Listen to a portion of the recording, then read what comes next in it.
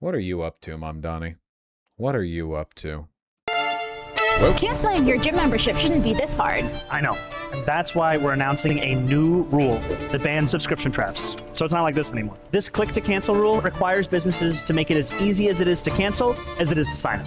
These rules represent one of the strongest consumer protection efforts in the country, because New Yorkers deserve to know the real price of what they're buying. And to stop paying for the services they don't want. Oh wait, I figured it out. Yeah, can you show me how to do this? Please, Chair Khan! Help me! Oh, there we go. I love Lena Khan so much. Is that Lena Khan? Yes, she works with Mamdani.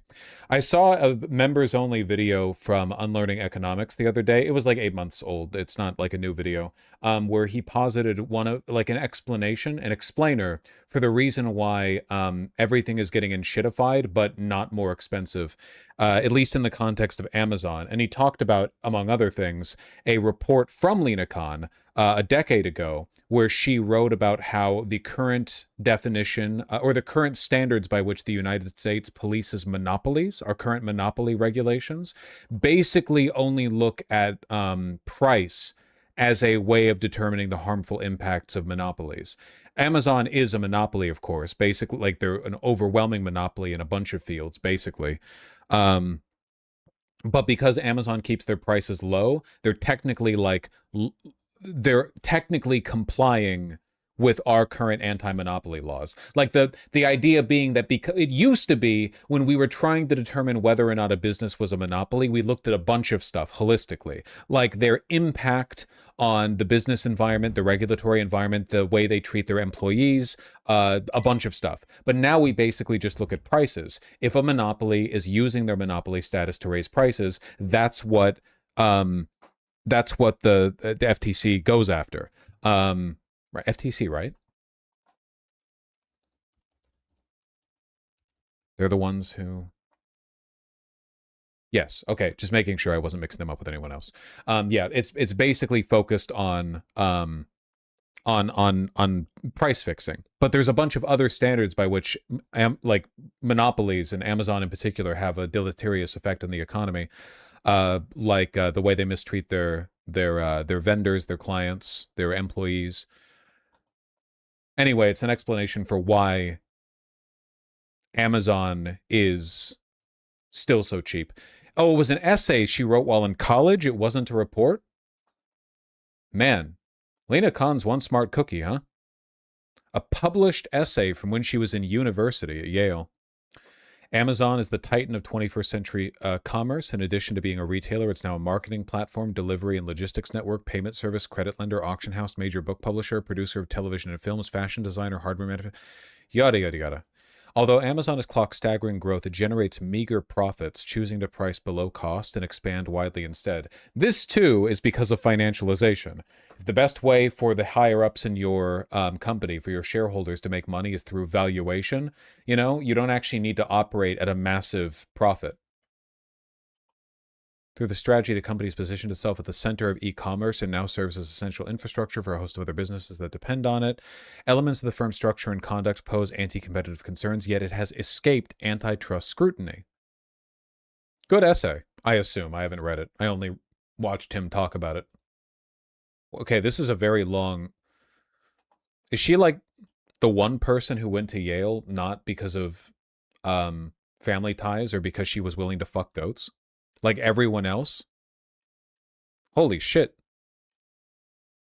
Fuck, I might have to read this. Bro, there's a lot of people like this? Yeah, it's just they tend not to be the ones that make it up into government. Or, well, it varies. I think that academic excellence is basically dead now.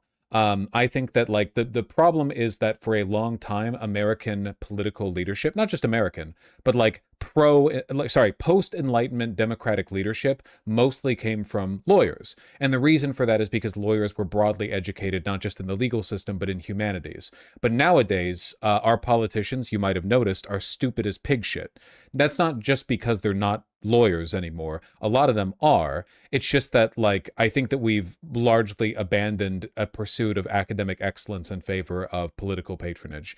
You know, like Haley Stevens being a good example, I suppose. We just don't incentivize our leaders to be excellent anymore. You know, for all of their faults, the founding fathers were by and large, like, pretty well-read, bright people.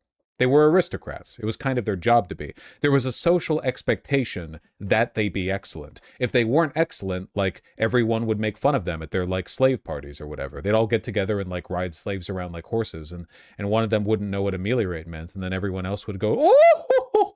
They do the Ojo-sama laugh and, like, throw, you know, fucking mint juleps or whatever they're called at them.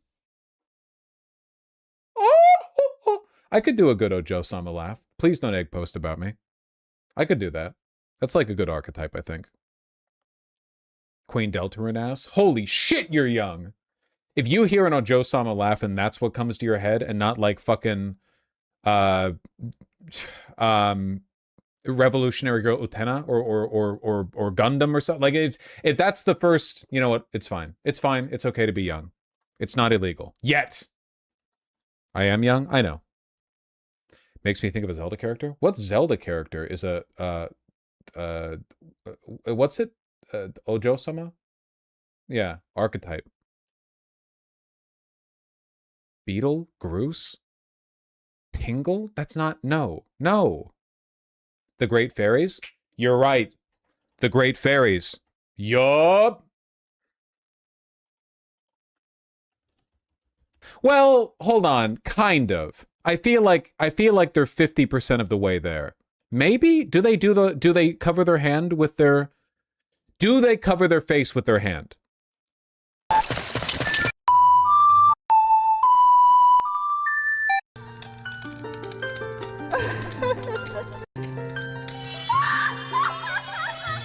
No, they wouldn't cover their face with their hand because they're not bound by modesty laws. They're literally fairies.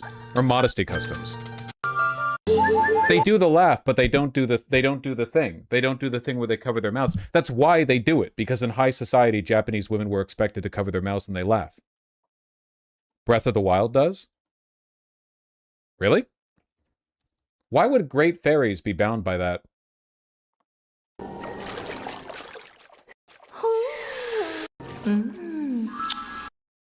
These games are so fucking horny, man. I don't think they do the laugh. Or they don't do the thing with their hand. Which is important. When are you going to finish your video game again? Save point, if you bring that up one more time, I swear to God the next time's the 30-day ban. I know it's you every time. It's literally you every time. Sorry? No, you're not. No, you're fucking not. You're not sorry.